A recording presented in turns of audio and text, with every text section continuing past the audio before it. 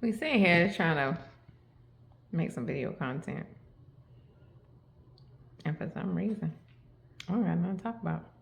We are not talking about. Just a question if we want to put it out there Like in what? the public. Like what? Like, okay, here's one.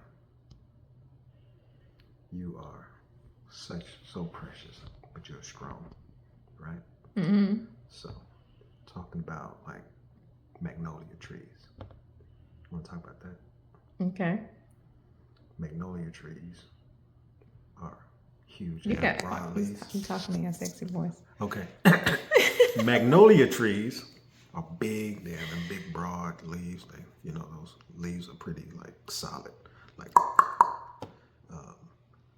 But the bloom that come on them smells great and it's very delicate, right?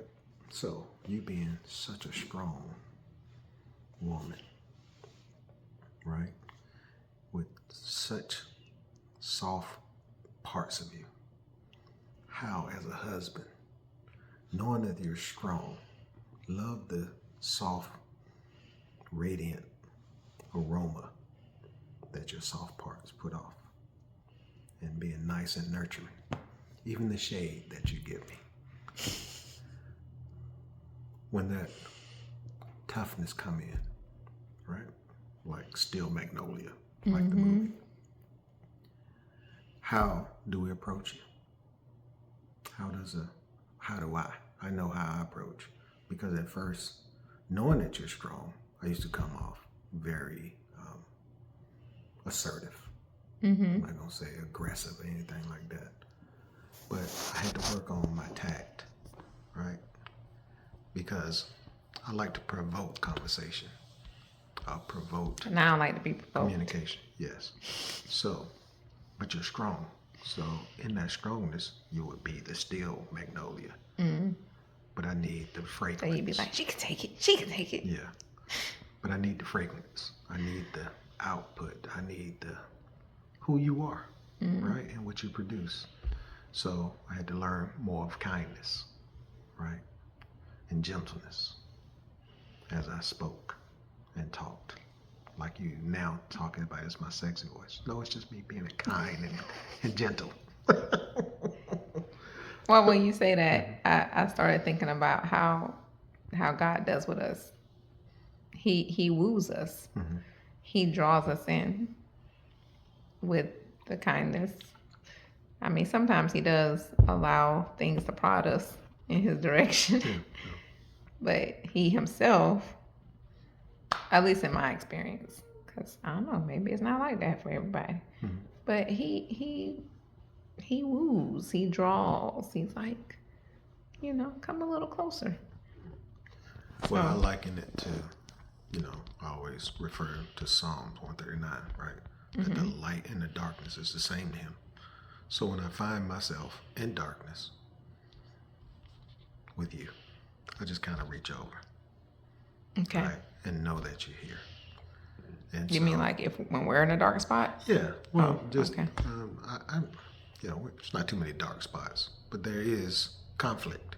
Yes. So when it's not all rosy and bright and stuff like that, so I call it, like Psalm 23 says, in the valley of the shadow of death. So I'm in the valley, which has the shadow. See, I'm not totally in the dark, right? So when those things come, that overcast days, then they don't turn me on either. Overcast days, gonna turn me on. How do we? I need to be more gentle, not the thunder that comes with a storm, but the gentle rain, the gentle breeze that may come through or whatever. Yeah. So I can say that's been a significant change you've made over the years. Because you were very much a provoker. yeah. They would provoke me right into my shell. I'm not gonna be able to do it. Turtle wig. Yep. So I think that you've gotten a lot better at drawing me in and drawing me out, as opposed to like And just the being assertiveness and the provoking. Yeah. Yeah, just being. Yeah. Because sometimes I can get like that too. If there's a moment that I just don't want to talk about because the emotions or moods are in the shadows again. That I would like, okay, we're just not going to talk. As I would say, just not going to do that. Yeah. And that's not always the best way. But to acknowledge, right, that there is conflict is what we both have gotten better at. But this may not be the best time to talk about the conflict. Because it's not an emergency. Emergencies, you just yell out. And you got to do what you got to do it. But because of the planning, because of the constant check-in, when those things do come, that kind of like, where did that come from? They don't have to be immediate reactions. We can talk about it. Yes. Yeah. See, that's one of the benefits of having a maintenance plan for your marriage. Absolutely. Because if you wait until it's an emergency, and it's an emergency like all the time, it is not a good way. Preventive maintenance. Yeah, the preventive maintenance. Yeah, preventive maintenance. So having that maintenance plan for your marriage, for your relationship. Preventive maintenance is the catalyst for sustainability. Exactly.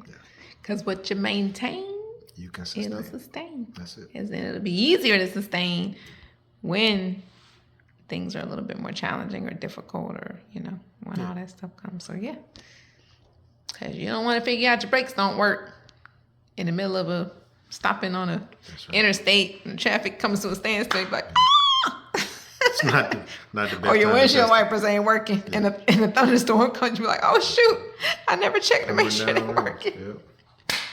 So yeah. So that's what I would say. Cool. Well, thank you for sharing. You're welcome. My magnolia tree, you.